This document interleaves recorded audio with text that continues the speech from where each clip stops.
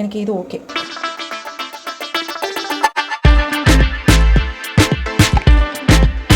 சொல்லிட்டு இந்த 14 பீசஸை வந்து நான் இப்போ ஒன்று என்ட்ரு காஃபி உங்களுக்கு தெரியுதா இந்த கப்பில் சுட சுட Ceylon mutton thakkadi ready. Hi you guys, good morning. Assalamu alaikum warahmatullahi wabarakatuh. I'm just starting my day. Even when you feel low, you can still go. Even when you feel slow, you can still go. Even when there's no hope, you can still go. I never answer to no, man, I still go. Go, go. நான் coffee போடுறதெல்லாம் நீங்கள் பார்த்துருப்பீங்க. Coffee ஆக்சுவலாக ஆறி போயிடுச்சு. நான் திருப்பி போயிட்டு ரீஹீட் பண்ணிட்டு வந்திருக்கேன். ஸோ அதனால் வந்து மாமா is going to start the day with my cup coffee. Okay, சேர்ஸ்லாம் நல்லா சொல்ல முடியாது. என்ட்ரு காஃபி உங்களுக்கு தெரியுதா இந்த கப்பில் சும்மா.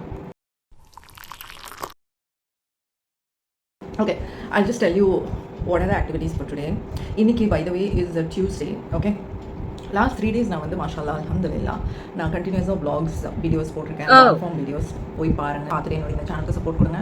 அண்ட் இன்னைக்கு வந்து ஐ ஸ்டார்ட் த டே காலையில் வந்து நம்ப மாட்டீங்க, ஒரு வகையான இந்த பச்சை இலையெல்லாம் சேர்ந்த மாதிரி ஒரு ஒரு பொடி கலந்த ஒரு பவுடரை வந்து தண்ணியில் போட்டு ஆக்சுவலாக அது வெளியில் யார்கிட்டயோ கஸ்டமைஸ்டாக சொல்லி ஆர்டர் பண்ணி வாங்கினது கொஞ்சம் நல்லா ஹெல்த்தியாக இருக்கணுன்றக்காக வீட்டில் வாங்கினாங்க. ஸோ அதனால் நான் என்ன பண்ணேன்னா இன்றைக்கி அதை குடிச்சு ட்ரை பண்ணலாம் அப்படின்னு சொல்லிட்டு நார்மல் வாட்டரில் தான், ஹாட் வாட்டர் கூட கிடையாது, அதில் வந்து ஒரு நல்ல குழம்பு ஊற்றுற கரண்டி அளவுக்கு வந்து அந்த பொடி கரண்டின்னு சொல்லலாம், அந்த அளவுக்கு அந்த பவுடரை போட்டுட்டு அந்த தண்ணியில் நல்லா மிக்ஸ் பண்ணி ஒரு 5 minutes வந்து சோப் பண்ண விட்டணும். அதுக்கப்புறம் எடுத்து அப்படியே நல்லா மடக்குன்னு குடிச்சிடணும். ஓகேவா, அதை நான் குடித்தேன்.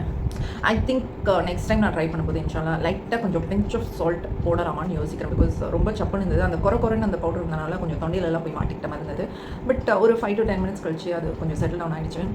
ஒரு ஆல்மோஸ்ட் நான் இன்றைக்கி அந்த பொடி கலந்த அந்த தண்ணி கஷாயம் whatever you call it as அதை குடிச்சிட்டு கிட்டத்தட்ட 1.5 hours ஆகிடுச்சு. நான் எதுவுமே சாப்பிடல. பிகாஸ் நான் என்ன பண்ணேன், இன்றைக்கி வேறு எலெக்ஷன் ரிசல்ட்ஸ் கொஞ்சம் நேரம் டிவி பார்த்துட்டு டக்குன்னு போயிட்டு ப்ரெட் ஆம்லெட் ரெடி பண்ணிவிட்டேன். அதுக்கப்புறம் தான் வந்து காஃபி போட்டேன். காஃபியை போட்டுட்டு நான் என்ன பண்ணேன், என்னால் சுத்தமாக இந்த ஹீட் டாலரேட் பண்ண முடியல. காலையில் ஸ்க்ரீனை ஸ்ப்ரெட் பண்ணும்போதே செம்ம வெயிலாக இருந்துச்சு. ஸோ அதனால் போயிட்டு குளிச்சுட்டு வந்துடலாம் அப்படின்னு சொல்லிட்டு குளிச்சுட்டு வந்துட்டு கொஞ்சம் வாஷிங்லாம் கையில் துவைக்க வேண்டிய துணியெலாம் இருந்துச்சு, அதையும் துவைச்சிட்டு மிஷின்லேயும் ஒரு லோடை போட்டுட்டு அதுக்கப்புறம் வந்து காஃபியில் இந்த காஃபி ஆறி போயிடுச்சுல ஆப்வியஸ்லி ரீஹீட் பண்ணிவிட்டு இப்போ வந்து நான் உங்ககிட்ட பேசுகிறேன். இதுதான் என்னுடைய காலை தொடக்கம். ஓகே, இதுக்கப்புறம் என்ன பிளானிங்னா ஆக்சுவலாக நான் தோசை மாவு எடுத்து வச்சிருக்கேன், தோசை சுடலாம் அப்படின்னு சொல்லிட்டு நேற்று நைட்டு போய் வாங்கிட்டு வந்த மாவு. பட் ஆனால் வந்து ப்ரெட் ஆம்லெட் சாப்பிட்டதுனால வந்து தோசை செய்வேன் நான் இதுக்கப்புறம்ன்றது தெரியல. இன்றைக்கி தான் வந்து அந்த ஒரு டிஷ்ஷு செய்யலாம்னு சொல்லி சொன்னேன் ப்ரீவியஸ் ஏதோ ஒரு vlogsல அது போட்டேன், நான் போடல நான் கூட அந்த பர்டிகுலர் ஃபுட்டேஜ். ஸோ இன்றைக்கி ஒரு புது புது டிஷ் ட்ரை பண்ணலான்னு இருக்கிறேன். But I don't know how the day goes. Because இவ்வளோ ஹீட்டாக இருந்ததுன்னா ஏதாவது சிம்பிளாக செய்யலாமா, பிகாஸ் அது கொஞ்சம் வேலை தான் நிஜமாவே. அண்ட் அதுக்கு வந்து ஒரு மாவு வேறு வாங்க வேண்டியது இருக்குது. ஏற்கனவே நான் செஞ்சதுனால பாதி மாவு இருந்துச்சு, but I have to check for expiry date. அது எக்ஸ்பைர்ட் ஆகிடுச்சுன்னா திருப்பியும் கடைக்கு தான் போய் அந்த மாவு வந்துட்டு தான் நான் வந்து அந்த டிஷ்ஷை செய்யணும். லைக் பாதி டிஷ் அந்த மாவு இல்லாமல் செஞ்சலாம், பாதி இல்லை முக்கால்வாசி அந்த லாஸ்ட் கால்வாசிக்கு தான் அந்த மாவு தேவைப்படும். பட் அந்த மாவு சரி அந்த டிஷ்ஷை செய்கிறதுக்காக. So we don't know how the day is going to கோ.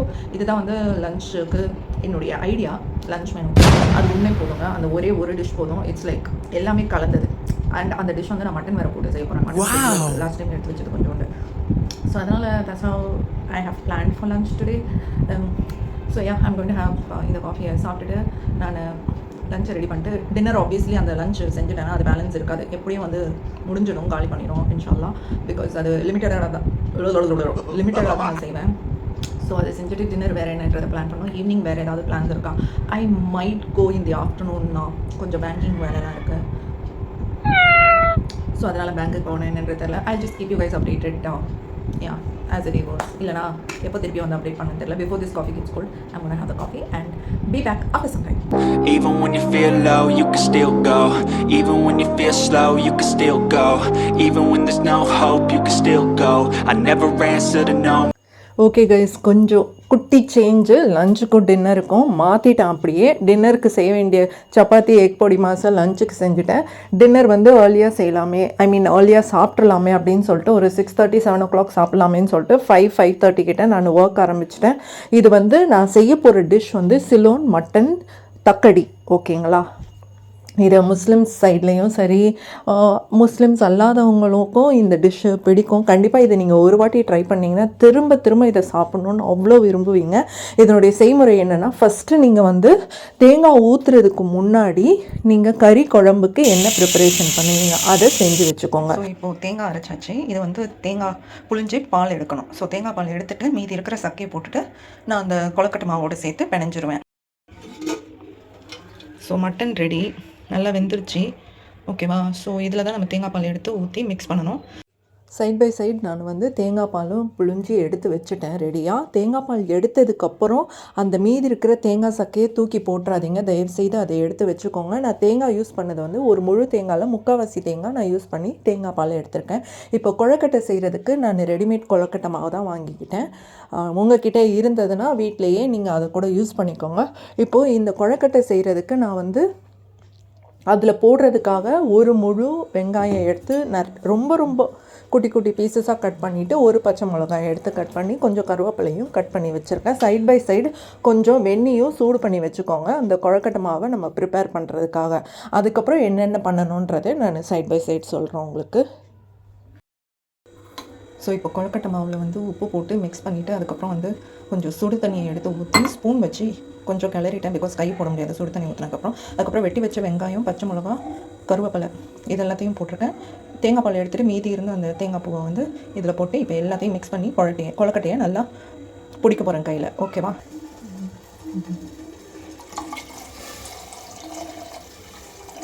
இப்போ தேங்காய் பால் வந்து கறி குழம்பு ஏற்கனவே கறி வேக வச்சு வச்சுருந்தோம்ல, அதில் தேங்காய் பால் எடுத்து ஊற்றியாச்சு. இப்போ இது நல்லா கொதிக்கும் போது இந்த கொழுக்கட்டை மாவு வந்து நல்லா பிசைஞ்சு வச்சுட்டேன். இப்போ ஓரளவுக்கு ஆறிடுச்சு. ஸோ கையில் வச்சு கொஞ்சம் நல்லா பிசைஞ்சுட்டேன். இதில் வந்து கொழுக்கட்டையை ஒன்று ஒன்றா பிடிச்சி இந்த கறி குழம்புல போட போகிறேன். இதுதான் விஷயம் இந்த தக்கடி செய்கிறதுக்கு. மட்டன் சிலோன் தக்கடி, இல்லை சிலோன், ஆக்சுவலாக இது எப்படி சொல்லணும்னா சிலோன் மட்டன் தக்கடி. ஓகேவா? ஸோ இப்படி தான் செய்முறை. இதை செஞ்சுட்டு எப்படி வந்திருக்குன்றதை நான் உங்களுக்கு சொல்கிறேன். நம்ம நார்மலாக வந்து கொழுக்கட்டைக்கு எப்படி கையில் மாவு எடுத்து பிடிப்போம் அதே மாதிரி தான் நான் செய்கிறேன். ஓகேங்களா? ஸோ இதை மாதிரி நான் தனித்தனியாக எடுத்து வச்சிடுறேன். இப்போ குழம்பு கொதிக்கணுன்றதுக்காக வந்து நான் இதை பிடிச்சி தட்டில் வச்சு ரெடி பண்ணிக்கிறேன். இந்த மாவு வந்து கையில் பிடிக்கும் போதே, நீங்கள் பிசையும் போதே உங்களுக்கு தெரியும் அந்த சாஃப்ட்னஸ் இருக்கணும். அந்த சாஃப்ட் ஆகிடுச்சுன்னா அந்த பதம் வந்துடுச்சுன்னு அர்த்தம். உங்களுக்கு என்ன சைஸில் வேணுமோ நீங்கள் கொழுக்கட்டை பிடிக்கலாம். நான் பார்த்திங்கன்னா வந்து இது கொஞ்சம் பெருசாக பிடிச்சிட்டுன்றதுக்காக கொஞ்சம் அதை விட சின்னதாக நான் இங்கே பிடிச்சி வச்சுருக்கிறேன். ஸோ தட் நம்ம சாப்பிடும்போது கட் பண்ணி சாப்பிட்றதுக்கு ஈஸியாக இருக்கணுன்றதுக்காக, வேறு ஒன்றும் இல்லை. உங்களுக்கு இதை விட இன்னமும் பெருசாக வேணும்னா நீங்கள் அதுக்கேற்ற மாதிரி கையில் மாவு எடுத்து பிடிக்கலாம். எனக்கு இது ஓகே எங்களுக்கு. ஸோ மட்டன் சாலை நல்லா கொதிக்க ஆரம்பிச்சிருச்சு. இப்போ நான் ஒன்று ஒன்றா போட போகிறேன். ஃபஸ்ட்டு இதை வந்து நம்ம குழம்புல போட்டுட்டு அதுக்கப்புறம் வேணும்னா மீதி கொழுக்கட்டையை பிடிச்சி போட்டுக்கலாம் அப்படின்னு சொல்லிட்டு இந்த 14 பீசஸை வந்து நான் இப்போ ஒன்று ஒன்றா குழம்புல போட போகிறேன். குழம்புல போடுறதுக்கு முன்னாடி நல்லா உப்பு காரம் எல்லாம் செக் பண்ணிக்கோங்க. இல்லைனா காரம் ஜாஸ்தியாக இருந்ததுன்னா உங்களுக்கு எக்ஸ்ட்ரா தேங்காய் பால் கூட நீங்கள் ஊற்றிக்கலாம். ஆனால் தண்ணி ஊற்றிடாதீங்க, வாட்டரி ஆகிடும். நான் வேணால் கொஞ்சம் தேங்காய் பால் ஊற்றிக்கிறேன், கொஞ்சம் எனக்கு கிரேவி நிறையா கிடைக்கணுன்றதுக்காக. அண்ட் இப்போ நான் கொழுக்கட்டை போட போகிறேன். 2 3. ஸோ மீதி இருந்த மாவையும் 3 வந்துச்சு, எல்லாத்தையுமே சேர்த்து குழம்புல போட்டுட்டேன். ஸோ தக்கடி வந்து ரெடி ஆகிட்டுருக்கு. கொழுக்கட்டை உடையாமல் பார்த்துக்கோங்க. கிரேவி வந்து நல்லா திக்காகிக்கிட்டே இருக்கும். ஸோ கொழுக்கட்டை உடையாமல் பார்த்துக்கோங்க. அண்ட் முடிஞ்சால் இந்த மாதிரி இதை வச்சு கரண்டி வச்சு அங்கங்கே இப்படி லைட்டாக குத்தி விடாதீங்க, கொஞ்சம் அந்த கொழுக்கட்டையெல்லாம் வந்து தள்ளி விடுங்க. ஸோ தட் அதை அடி பிடிக்காமல் இருக்கும், ஒட்டிக்காமலும் இருக்கும் அடியில். ஸோ ஃபைனலாக இது முடிஞ்சதுக்கப்புறம் கொழுக்கட்டை வெந்ததுக்கப்புறம் I will show you how the thakkadi looks. So ஃபைனலாக கொழுக்கட்டை வெந்ததுக்கப்புறம் நான் வேறு ஒரு பவுல்லையோ பிளேட்லேயோ ட்ரான்ஸ்ஃபர் பண்ணிவிட்டு எப்படி இருக்குன்றதை சொல்கிறேன்.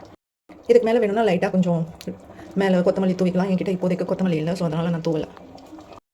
ஸோ கைஸ் லைட்டாக வந்து நீங்கள் இப்படி எடுத்து இப்படி சுற்றி விட்டால் கூட இந்த கொழுக்கட்டை வந்து மூவ் ஆகணும். அந்த கிரேவி எவ்வளோ திக்காக இருக்குது பாருங்கள். கொழுக்கட்டை மூவ் ஆச்சுனாலுமே இட் மீன்ஸ் தட் கொழுக்கட்டை வந்து அடியில் ஒட்டலைன்னு அர்த்தம்.